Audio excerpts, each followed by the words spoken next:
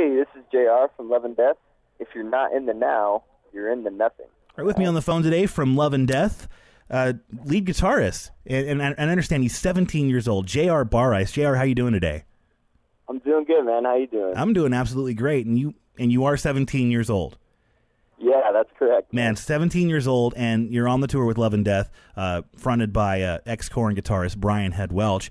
How did that come about? How did you get into the band at the age of 17? Well, it all started back in the spring of 2011. I was originally trying out for the band Thousand Foot Crutch through YouTube. They were taking auditions for a guitar player, so I figured, hey, just try, and see what happened. And around the same time, I guess Brian's guitar player that he had in his band had stepped down, and he had a tour coming up in like 2 weeks, and so he was looking for a guitar player, trying to find someone, or else he'd have to cancel the tour. And, just by surprise, his tour manager found my video for the other band on Facebook, just through, like, mutual friends, and he sent it to Brian, and Brian really liked it, and they got in contact with me, and, it just went from there, and then I met up with him and learned the songs, and I've been with him since. And growing up, were you into any of Korn's older stuff that had Brian on guitar? I had knew of them, and I've heard their stuff. Like, I wasn't like a crazy big fan, but I liked them, and I did know of them, and I liked some of their stuff. So was there any kind of intimidation level coming in and knowing that this guy from, this band that was so huge during his time in the band, and still to this day is still pretty huge, like, is there any kind of intimidation factor walking in the room and picking up your guitar and jamming with this guy, or is it just kind of an easygoing, relaxed feel? Now it's just totally relaxed and stuff, but, when I first joined, what I had to do was learn the songs at home, and then I flew out to Nashville and met up with him and the rest of the band, and then, practiced the songs with them. And I think that was the most scariest moment of my life because, like you said, he was in one of the biggest rock bands that's, it's ever been and still is, and it was a little intimidating, but, he's just such a really nice guy, and he really made it the best it could be, so I wasn't that scared, and it went over really well, and now we just jam and have a good time, so, but yeah, it was very scary at first. And with the new album, it's called Between Here and Lost. Was that album written after the tour where you initially joined the band?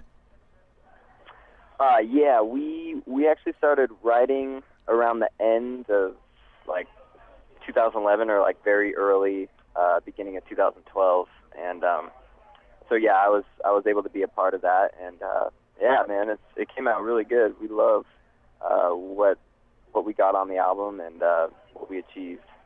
And I know every band takes like a different approach to writing. So did you guys get into a room and kind of just flesh the songs out, or was it something where you guys would bring in home recordings of guitar riffs that you were kind of messing around with at home and kind of brought them together and pieced the songs together as a unit later on?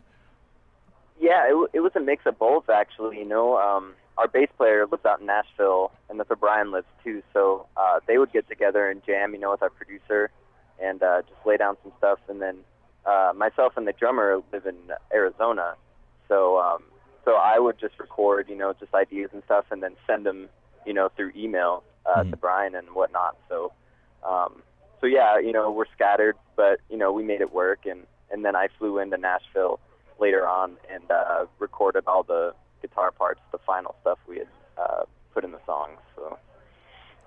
And as far as the lyrical content goes, that's kind of the icing on the cake with the songs. And, Brian, years ago, he, was born again as a Christian. As far as lyrically, the songs aren't really outward, all of, like praise songs. They're more like, almost like songs about the trials you go through, just day to day as a person who's living in the walk of faith. Is this pretty true? Am I getting the correct vibe from the lyrics, or? Yeah, that's spot on, man. I think everyone has kind of a take on Christianity as, everyone's perfect and they don't go through anything, but, we go through just as much as everyone else, we're all human and we all make mistakes, and, we really wanted to relate with all of our listeners, whether they're Christian or not. And, we know there's a lot of people out there that are just going through stuff and really hurting. And so that's our goal, just try to relate with people through our music. And I think we achieved that.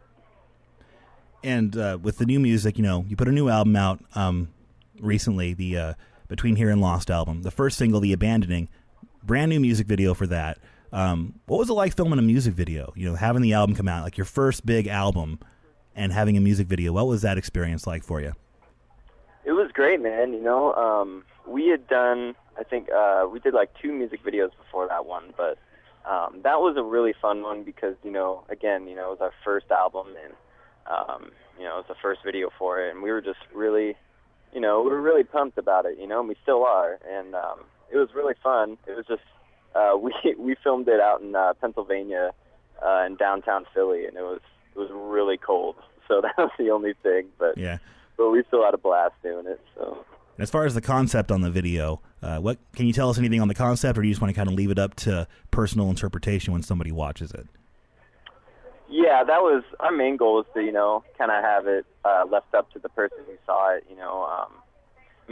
That's again another thing that we want to do with our music. We have meanings that the songs mean to us, but we wanted to write it to where it could mean something else to someone, or they could take their own meaning from it, and we also try to do that with our videos. So it's always way more special though whenever you have your own, anybody, even somebody in the band or somebody in the audience, they could have 2 different meanings, and that's what makes the song so special and universal, really. Yeah, I think that's the beauty of music. People can pull so many meanings out of a song, and it's just that more powerful. It's really cool to see. And with the album, you can get it at iTunes. Also, there's links at loveanddeathmusic.com for the Twitter and Facebook accounts. Is there anywhere else we can find music or merchandise from you guys? You pretty much said them all. Facebook, Twitter, and our website, loveanddeathmusic.com, and I know we have some YouTube videos too. It's just Love and Death Music as well, and just keep in touch with us. We like to keep in touch with our fans, and we love it. Looking at the tour dates, man, you guys kick off a tour here in about 6 days. You're kicking that off in Columbia, Maryland, and I'm told you guys are at the airport actually flying out to get ready for the tour. Me and the drummer are actually at the airport right now. We're flying out to Nashville tonight, and then going to practice for a couple days with the band, and then we're going to head out to Maryland and start this thing. And we're really excited to play this new music and get the name out. And with this tour, who do you guys have along as support acts on this tour? We are playing with Thousand Foot Crutch, which is kind of funny because that was the band that I was trying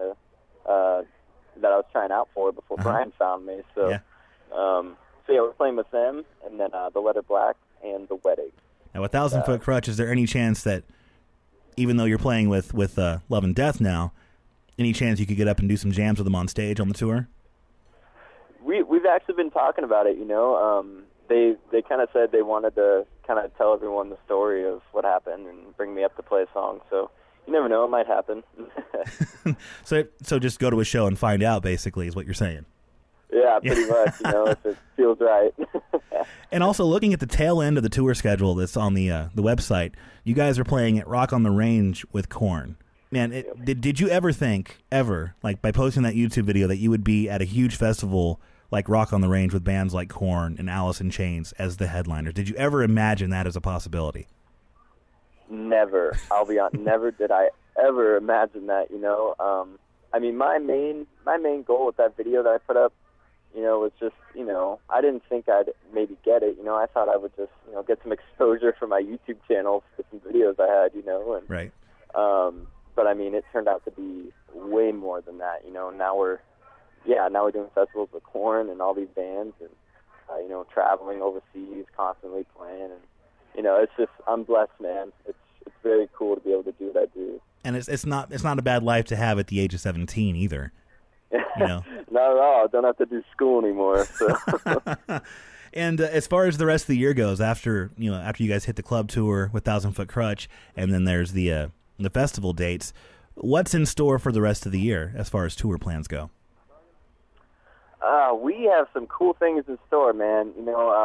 I know in June we'll be going out with Korn and Bullet for My Valentine overseas in Europe and doing some shows with them. And very nice. And then, as the rest of the year goes, it's still kind of, being planned and whatnot. But I think it's going to be a really good year for us, man. We're really excited, and I think it's going to be really good. You can get more information at loveanddeathmusic.com. You can also connect on Facebook, Twitter, YouTube at loveanddeathmusic.com. The links are all there. You can buy the album, T-shirts, pretty much anything you need at loveanddeathmusic.com as far as Love and Death is concerned. Yeah, that's right. Very cool. All right, man, JR, thanks for chatting with us today. Yeah, no problem, man. Thank you for having me. I really appreciate it. And have a good flight and have a good tour, man. Yeah, I will, dude.